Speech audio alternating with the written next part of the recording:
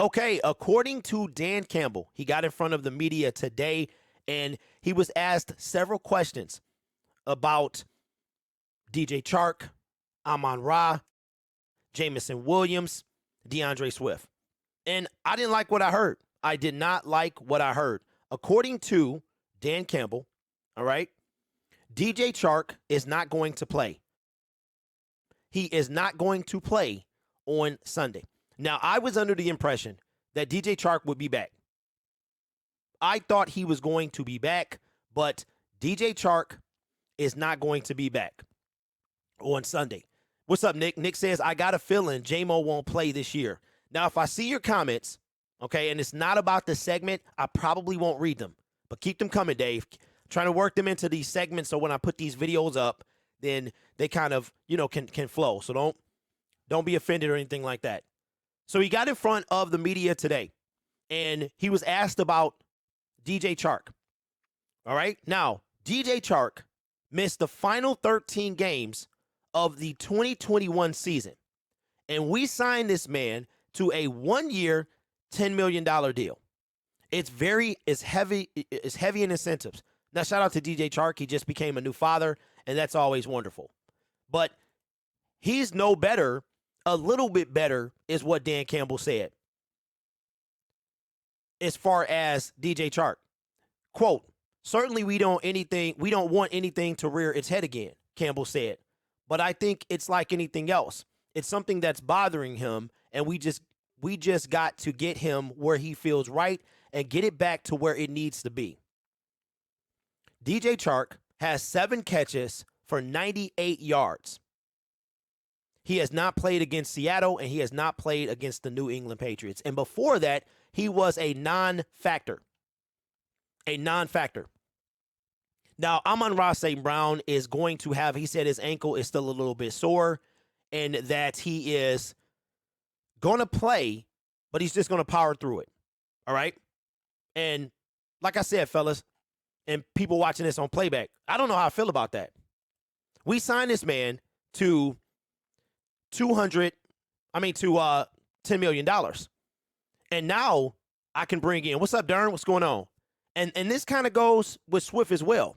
Okay? Swift, the way that Dan Campbell was sounding today, it doesn't look like Swift is going to play either. And if he is, I expect him to either A, be like he was a couple games ago, the last game he played where he was kind of a factor, but, then he wasn't later, right?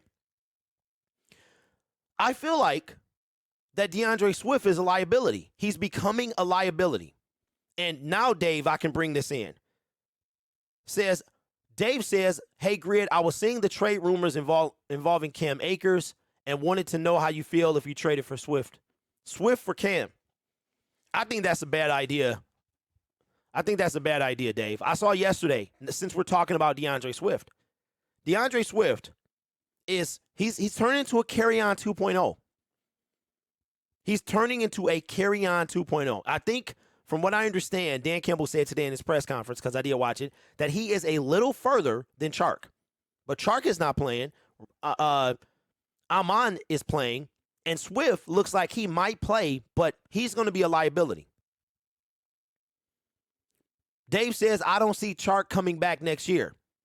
I don't see him coming back next year either, which means that the Detroit Lions are going to have to A, draft a wide receiver, or B, pick up one in free agency. Now, Metcalf and Samuel are off the market. We'll have more money to play with. Either way it goes, we're not going to draft a receiver in the first round. Dan Campbell had better not take a receiver in the first round. Sir Ken, what's up, man? Says the league has the most impressive running back free agency in years right now. Oh, yeah. A lot of dudes going to be available, but they're going to be overpriced. Not for us. We're not going to have money for them. We're going to have to pick up a running back probably in the draft. Now, behind Chark, now here's the thing about Chark, and I'm trying not to be overly critical because I don't get hit by grown men for a living. But at the same time, right? DJ Chark what is he going to do next year? What are we going to do? Josh Reynolds played with a low ankle sprain, and mind you, he balled out. Now, I will take all the credit for Josh Reynolds because I saw the connection that him and Jared Goff had in their time in LA, and I knew that he was going to be a big deal when he came here. And when he was cut, everybody wanted Odell Beckham. Well, not everybody. I wanted Josh Reynolds. And Josh Reynolds is a sleeper when it comes to the Detroit Lions offense. He's undervalued, underappreciated, underestimated, a lot like me.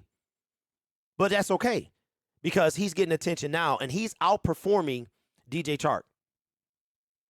DJ Chark is a non-factor, which means that when Jameson Williams does come back, and we'll touch on that in a moment, there'll be nobody. We thought that DJ Chark was going to be opposite. He was going to be on one side and Jameson on the other. And that's not the case at all. Dave says, I don't understand. We had 2 weeks off to rest and everything like that, and they're not ready to come back. Makes no sense. Well, I don't know how severe Chark's injury was. I know that DeAndre Swift, his was a bit severe. And DeAndre was playing hurt before he went out. You know what I mean? So, but DJ Chark, he's proven nothing.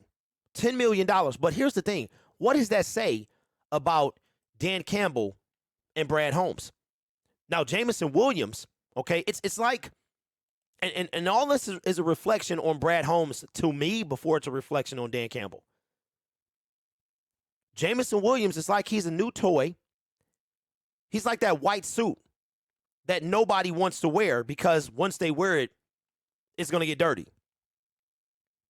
Jameson Williams is, Dan Campbell was asked, hey, or have you thought about packing J-Mo up for the year? Okay. And Dan Campbell said that he does see him playing this year. He said, I will say this. We really felt like he's turned the corner over the last month, Campbell said. We feel like he's really coming on. And so I would say we're pretty optimistic he's going to play this year. Now, that being said, the injuries are not going to have any bearing on when he plays. We're not going to let that affect us. When he's ready, we'll get him up and ready to go, but we don't want to press that just because we have a number of injuries in the receiver room. And I agree with that. We don't want to rush. We should have been prepared. We have to have depth, right? So I agree with not rushing Jameson Williams back due to the fact that we're injured. But at the same time, why did we get this guy? Why did we get this guy? If he's not going to contribute this season, why did we get Jameson Williams? For the future, right? Jameson Williams was the future. DJ Chark was this year. We signed Josh Reynolds to a multi-year deal. And I hope when that deal is over, if he's playing like he's playing now, that he sticks around even longer. So let me know, how do you feel about DeAndre Swift and DJ Chark potentially? DJ Chark for sure, but DeAndre Swift being out maybe this coming Sunday.